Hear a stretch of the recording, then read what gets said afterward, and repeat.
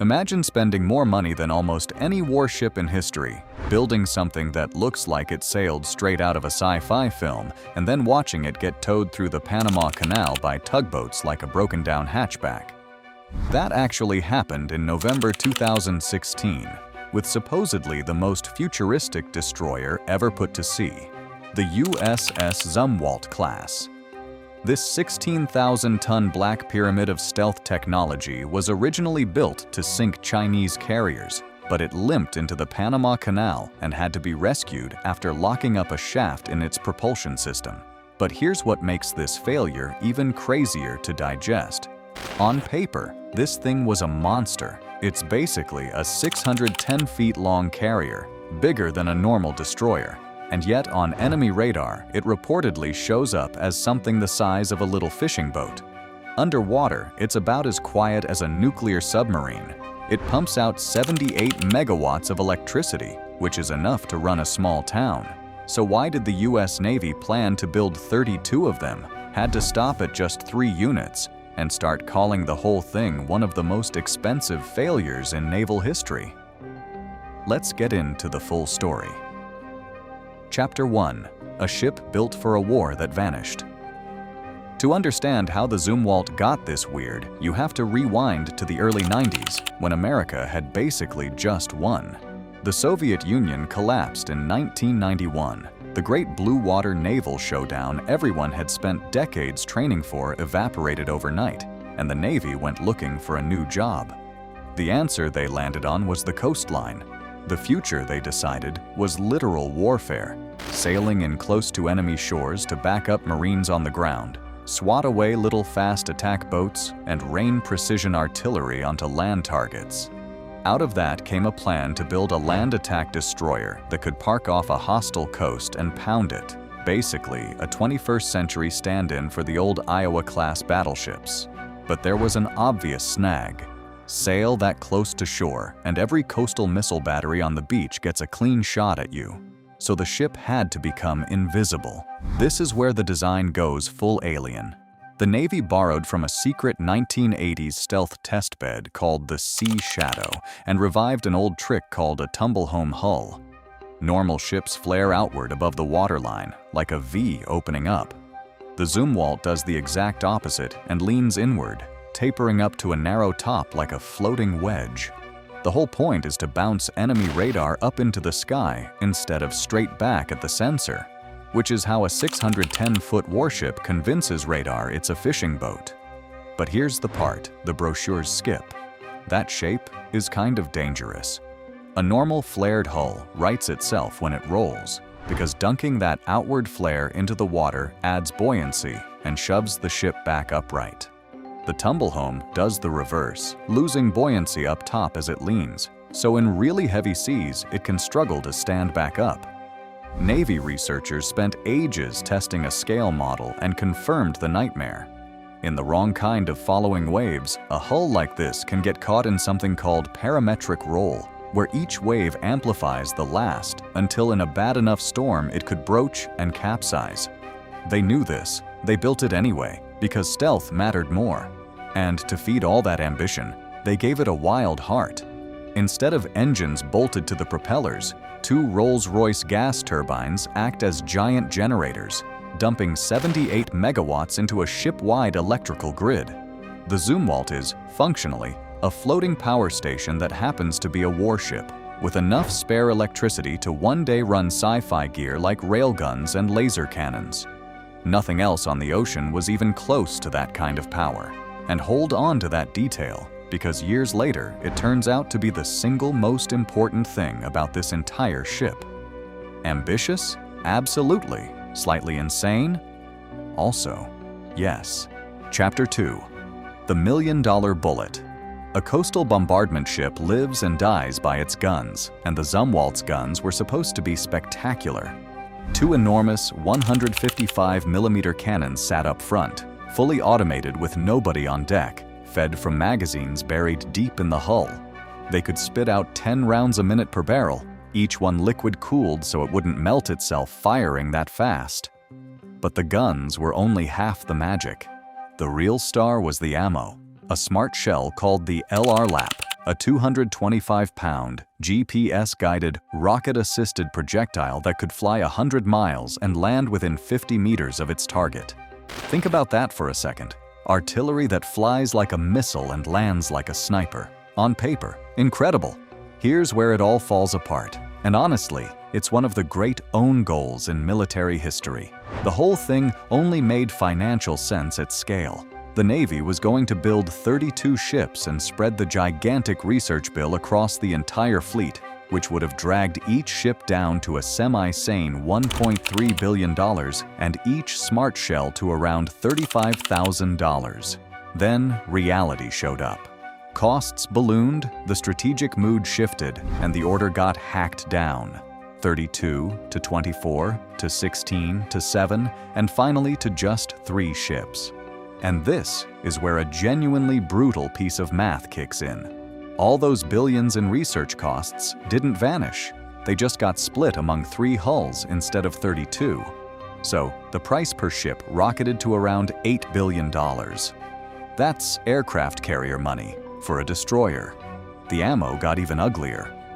With only 3 ships buying shells, the factory line couldn't survive, and the price of a single LR lap round exploded from $35,000 to nearly $1 million. $1 million for one shell. At that point, you might as well launch a Tomahawk cruise missile because it costs about the same.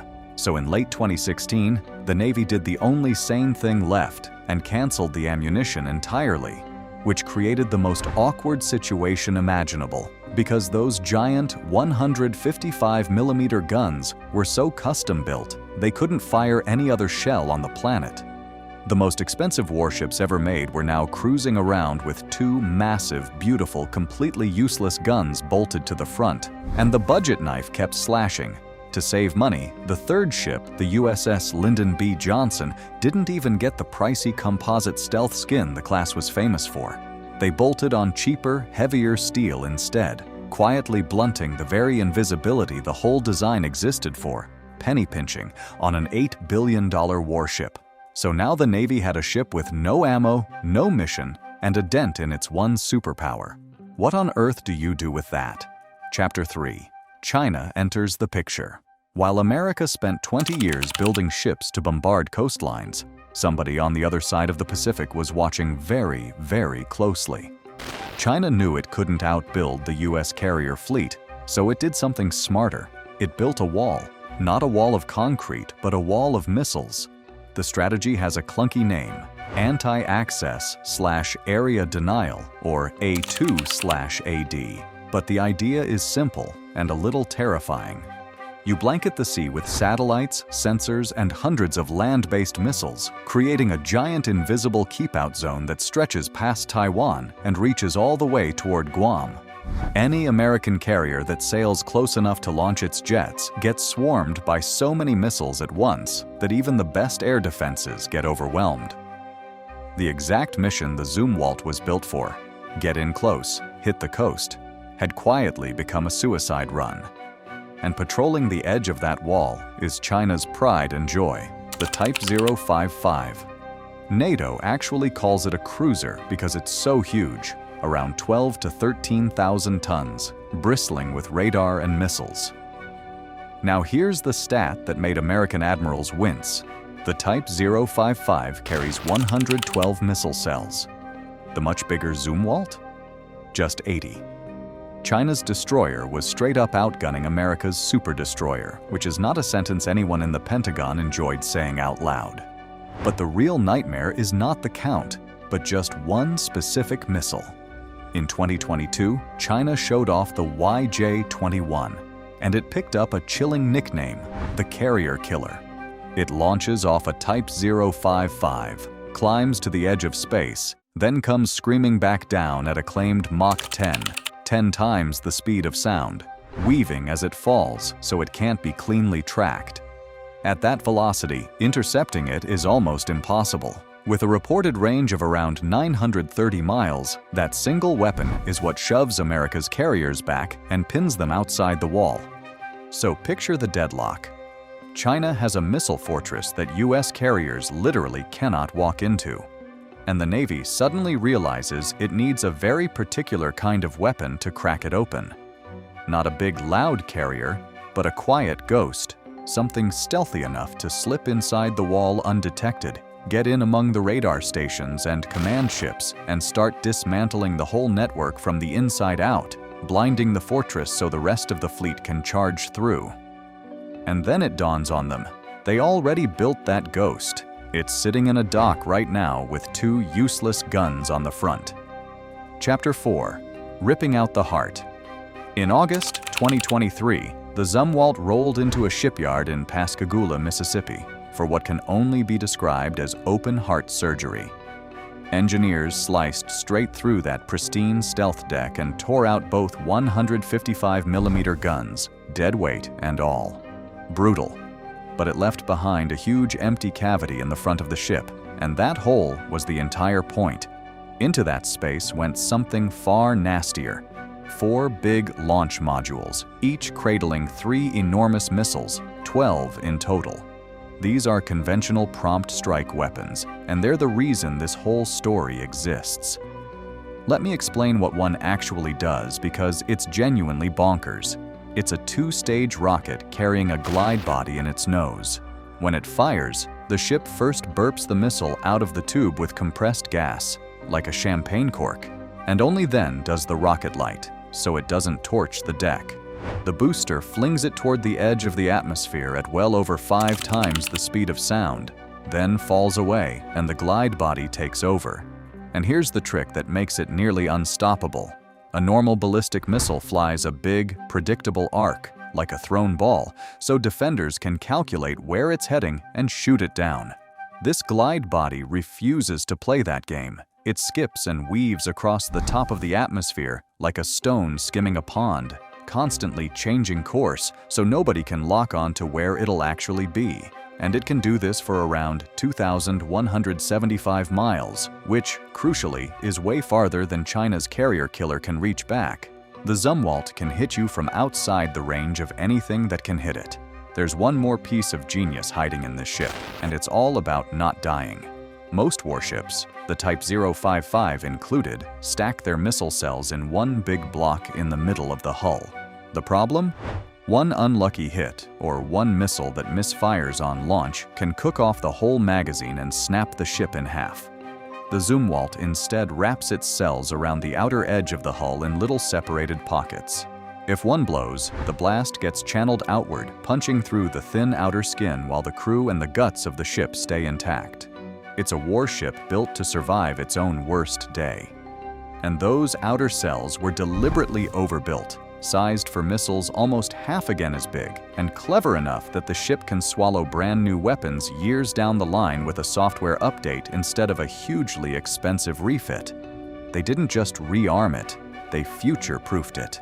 By early 2026, the Zumwalt finished its sea trials and sailed out as America's first hypersonic warship, with its 2 sisters, the Michael Mansour and the Lyndon B. Johnson, lined up for the same surgery, so all 3 become dedicated carrier hunters. The empty failure had quietly become the most dangerous surface ship in the entire U.S. fleet. Chapter 5.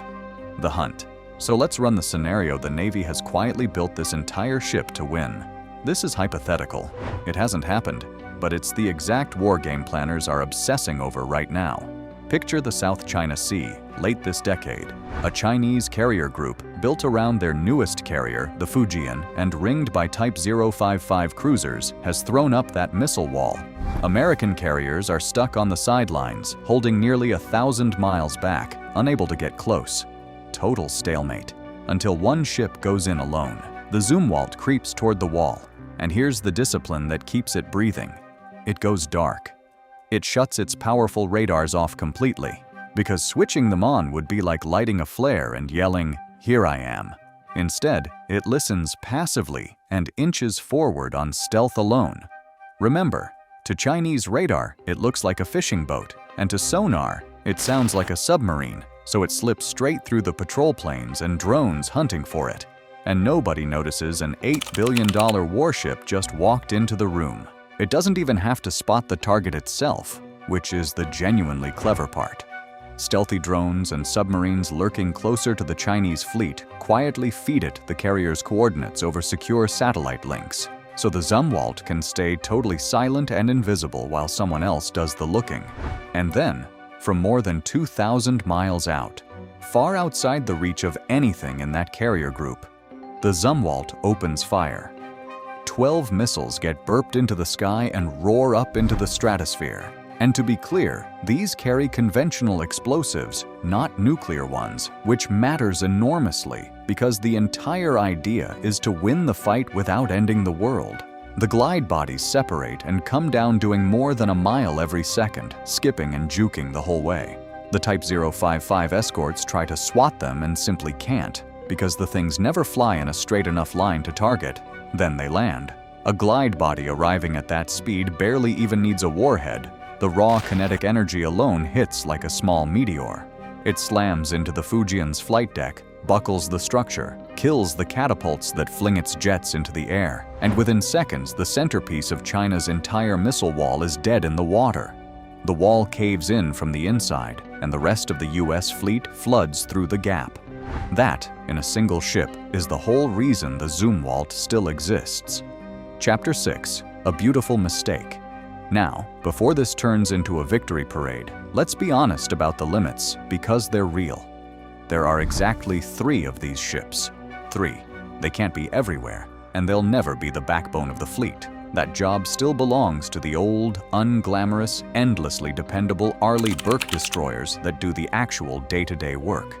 The Zumwalt isn't a workhorse. It's a scalpel. Its entire purpose in a real war is to fire that first devastating salvo, punch a hole in the enemy's defenses, and let everyone else pour in behind it. And yes, by almost any honest measure, the program was a financial disaster. Somewhere around $22 billion sunk into 3 ships and a gun system that never fired a shot in anger. You can't really spin that into a win. But here's the twist that makes the Zumwalt fascinating instead of just sad. The technology wasn't wasted. The insane electrical power, the automation that lets it run with a fraction of a normal crew, the survivable missile cells, the stealth shape, all of it is the blueprint for America's next generation of warships, the DDG-X program already taking shape on the drawing board. The Zumwalt was a brutally expensive prototype the whole future Navy now gets to learn from. So here's the irony the whole story comes down to. America spent decades and a fortune trying to build the perfect ship to shell empty coastlines, a mission that was obsolete before the paint had dried. And in chasing that wrong idea, they accidentally built the one thing they'd desperately need 20 years later, a stealthy, power-hungry hull shaped almost perfectly to carry the hypersonic weapons of a possible war with China. The Zumwalt was absolutely a mistake. It just turned out to be the most useful mistake the US Navy has ever made.